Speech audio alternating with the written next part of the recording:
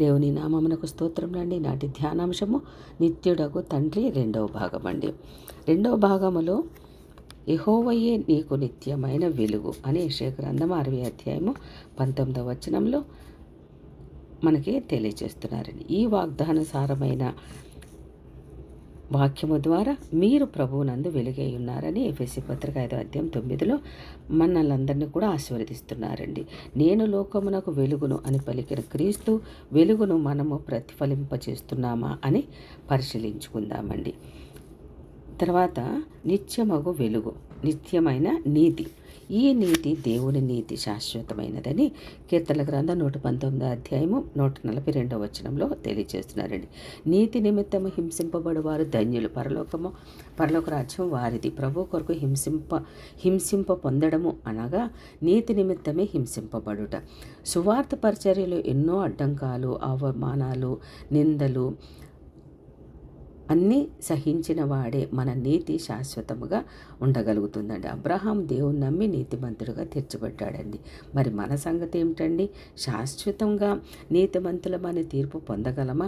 ఆలోచించుకుందామండి. ఆయన నీతిని స్వతంత్రించుకుందామండి. రెండవదిగా నిత్య సంతోషము. యెషయా గ్రంథం 51 అధ్యాయం 11 వచనం ప్రకారము, 35 అధ్యాయము 9వ వచనం ప్రకారం యెహోవా విమోచించిన వారు సంగీత సునాదముతో సియోనుకు వచ్చేది. నిత్య సంతోషము వారి తలల మీద ఉండును, వారు సంతోషానందములు గల వారగుదురు అని వాక్యము చెబుతుందండి. సంతోషభరితలం కావాలంటే విమోచింపబడాలి. మన విమోచనకర్త యేసుక్రీస్తు అండి. ఆయన చేత విమోచింపబడాలంటే రక్షకునిగా స్వీకరించి పాప పరిహారం పొందాలండి. అప్పుడే మనకు దుఃఖము, నిట్టూర్పు తొలగిపోయి నిత్య సంతోషము పొంది ఎల్లప్పుడూ ప్రభువులో ఆనందించగలుగుతామండి. మూడవదిగా నిత్య సమాధానము. నా శాంతిని మీకు అనుగ్రహించుచున్నానని యోహాను సువార్త 14వ అధ్యాయం 27లో యేసయ్య చెప్పారండి. మీకు సమాధానం కలుగును కాక అని తండ్రి దీవెన.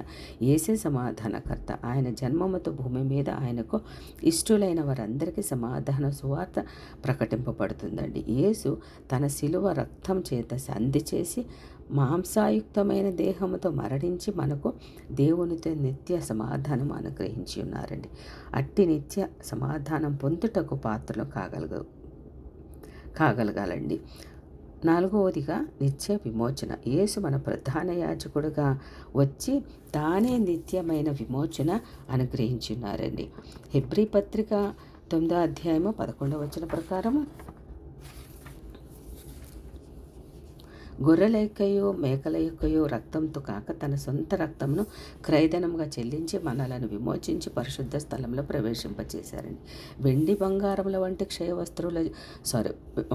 వస్తువుల చేత మీరు విమోచింపబడలేదు, కానీ అమూల్యము, నిర్దోషము, నిష్కలంకమునైన క్రీస్తు రక్తం చేతనే మీరు విమోచింపబడి ఉన్నారని పేతురు రాసిన మొదటి పత్రిక 1వ అధ్యాయం 18-19 వచనములలో మనకి తెలియజేసి ఉన్నారండి. ఆ రక్తంలో మునిగి మన పాప ప్రక్షాళనను గావించుకోవాలండి. అదే నిత్య విమోచనము. ఐదవదిగా నిత్య రక్షణ. రక్షణ పొందుటకి దేవుడు ఆది నుండి మిమ్మల్ని ఏర్పరచుకొనెను అని చెప్పినట్లు తెస్సలోనికీయులకు రాసిన 2వ పత్రిక 2వ అధ్యాయం 13వ వచనం ప్రకారం మన కొరకు యేసు విధేయుడిగా వచ్చి సంపూర్ణ సిద్ధి పొందినవాడే తనకు విధేయులైన వారందరికీ నిత్య రక్షణకు కారకుడాయను. హెబ్రీ పత్రిక 5వ అధ్యాయం 10వ వచనం ప్రకారం అట్టి నిత్య రక్షణను పొందుటకు ఒక్కటే మార్గం, యేసు ప్రభువుని నీ నోటితో ఒప్పుకొని హృదయం నందు ఆయనను విమోచించాలి. అట్టి విశ్వాసం మనలో లేకపోయినచో రక్షకుడు అందించు రక్షణను నిర్లక్ష్యం చేసినట్లే. ఆయన ఇచ్చిన రక్షణను నిర్లక్ష్యం చేసినట్లే. అందుకు వాక్యము హెచ్చరించుచున్నది. ఇంత గొప్ప రక్షణను నిర్లక్ష్యం చేసినచో మనము ఎలాగ తప్పించుకొనగలము అని హెబ్రీ పత్రిక 2వ అధ్యాయం 3వ వచనంలో తెలియజేస్తున్నారండి. ఆ నిత్య రక్షణ పొందుటకు విశ్వాసములో స్థిరత్వము ఉండాలండి. ఆరవదిగా నిత్య ఆత్మ. పరిశుద్ధాత్మయే నిత్య ఆత్మ. ఆయన పరిశుద్ధుడు కనుక మనము కూడా పరిశుద్ధులంగా ఉండవలనని తండ్రి కోరిక. అంత్య దినములలో నేను సర్వజనుల మీద నా ఆత్మను కుమ్మరింతునని ప్రవక్త యోవేలు ద్వారా ప్రభు వాగ్దానం ఇచ్చి ఉన్నారండి. ఆ ప్రకారమే అందరూ పరిశుద్ధాత్మతో నిండిన వారు ఆత్మ వారికి వాక్శక్తి అనుగ్రహించిన కొలది అన్య భాషలలో మాట్లాడరి అని అపోస్తలుల కార్యం 2వ అధ్యాయం 4వ వచనంలో తెలియచేశారండి. ఆత్మ అనుగ్రహించడం ద్వారా ఎన్నెన్ని కార్యములు జరగగలవో కొరింథీయులకు రాసిన మొదటి పత్రిక 12:7-11 మనం చూడగలమండి. అన్నిటినీ బయలుపరిచిన మర్మములు తెలుపగల నిత్య ఆత్మను ఆశీర్వాదముగా పొంది ఉన్నామా, లేకుంటే పొందటానికి మనము ప్రయాసపడదామండి. తర్వాతది నిత్య మహిమ అండి. మనము దేవుని మహిమగల రాజు భూమి ఆకాశములు అంతరిక్షము ఆయన మహిమను వివరించుచున్నది. ఆయన మహిమా ప్రభావములు యుగయుగముల వరకు ఉండును. అట్టి మహిమాన్వితుడైన నిత్యుడగు తండ్రి క్రీస్తు యేసునందు మనలను తన నిత్య మహిమకు పిలిచి తానే మనలను సంపూర్ణంగా చేసి విశ్వాసమునందు స్థిరపరిచి ఉన్నాడని పేతురు రాసిన మొదటి పత్రిక 5:10 తెలియజేస్తున్నారండి. ఆయన తన దీన శరీరమును తన మహిమ గల శరీరమునకు సమరూపము గల దానిగా మార్చి ఉన్నారని ఫిలిప్పీ పత్రిక 3:21 తెలియజేశారండి. అంతేకాకుండా ఏర్పరచబడిన వారు నిత్యమైన మహిమతో కూడా క్రీస్తు యేసునందలి రక్షణ పొందవలనని కోరుచున్నారు. తిమోతికి రాసిన 2వ పత్రిక 2:10 ప్రకారం ఇట్టి నిత్య మహిమ ఇచ్చిన తండ్రిని బిడ్డలముగా మనము మహిమపరిచి ఆయనను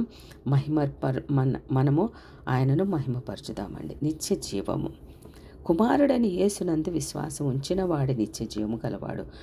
యోహాను సువార్త 3:36 ప్రకారం నిత్య జీవము అనుగ్రహించునని అది ఆయన మనకు చేసిన వాగ్దానం అండి. యోహాను రాసిన మొదటి పత్రిక 2:25 ప్రకారం ఆ నిత్య జీవమును పొందుటకు కుమారుని యందు విశ్వాసము కలిగి ఉండాలని యోహాను సువార్త 3:16 తెలియజేస్తుందండి. యేసుక్రీస్తును తండ్రి అయిన దేవుని తెలుసుకొని ఉండాలని యోహాను సువార్త 17:3 ప్రకారం ఆయన నామము కొరకు అన్నింటినీ తల్లిదండ్రులను అక్కచెల్లెలను విడిచి ఆయనను వెంబడించాలని మత్తయి సువార్త 19:29 తెలియజేస్తున్నాడు. మన జీవము ఆవిరి వంటిది, తృణప్రాయం గలది. మనకు సమృద్ధి అనే జీవం ఇచ్చుటకి క్రీస్తు లోకమునకు వచ్చి ఉన్నారు.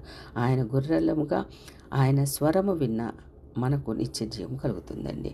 తర్వాతది నిత్య రాజ్యము. తండ్రి నిత్యుడు, ఆయన రాజ్యము నిత్యత్వం కలిది. ఆయన యుగయుగములకు రాజు, ఆయన రాజ్యము అంతం లేనిది. ఆయన యాకోబు వంశస్థులను యుగయుగములు ఏలును అని లూకాసు వార్త 1:32-33 తెలియజేస్తుంది. ఆయన మనకు నిత్య రాజ్యమును అనుగ్రహిస్తారు. మన ప్రభువును రక్షకుడైన యేసుక్రీస్తు యొక్క నిత్య రాజ్యము మీకు సమృద్ధిగా అనుగ్రహింపబడినని పేతురు రాసిన 2వ పత్రిక 1:11 తెలియజేస్తున్నారండి. ఆ రాజ్యంలో ప్రవేశార్హత కొరకే నూతన జన్మానుభవము పొందాలండి. ఒకడు క్రొత్తగా జన్మించితేనే కానీ, అనగా నీటి మూలముగాను ఆత్మ మూలముగాను జన్మించితేనే కానీ దేవుని రాజ్యంలో ప్రవేశింపలేడు అని ప్రభు సెలవిచ్చున్నారని యోహాను సువార్త 3:5 ప్రకారం అట్టి నూతన జన్మను అనుభవమును పొంది నిత్యము ఆ యొక్క రాజ్యంలో ప్రవేశించి ఆయనను కూడా యుగయుగములు పరిపాలించి భాగ్యాన్ని పొందుకుందామండి. క్రీస్తు ప్రభు జన్మదినమును మనం ఏ విధముగా మనం జరుపుకుంటామో అట్టి నిత్యుడగు తండ్రిని కూడా మనము అట్టి రీతిగా మనము నిత్యత్వంలో ఉండాలి అని అంటే తండ్రి అయిన దేవుణ్ణి కూడా మనము ఆయనని స్తుతించి ఘనపరిచి ఆరాధించగలిగితే తప్పకుండా దేవుడు మనకి కూడా నిత్యత్వం అనుగ్రహించును గాక. ఆమేన్.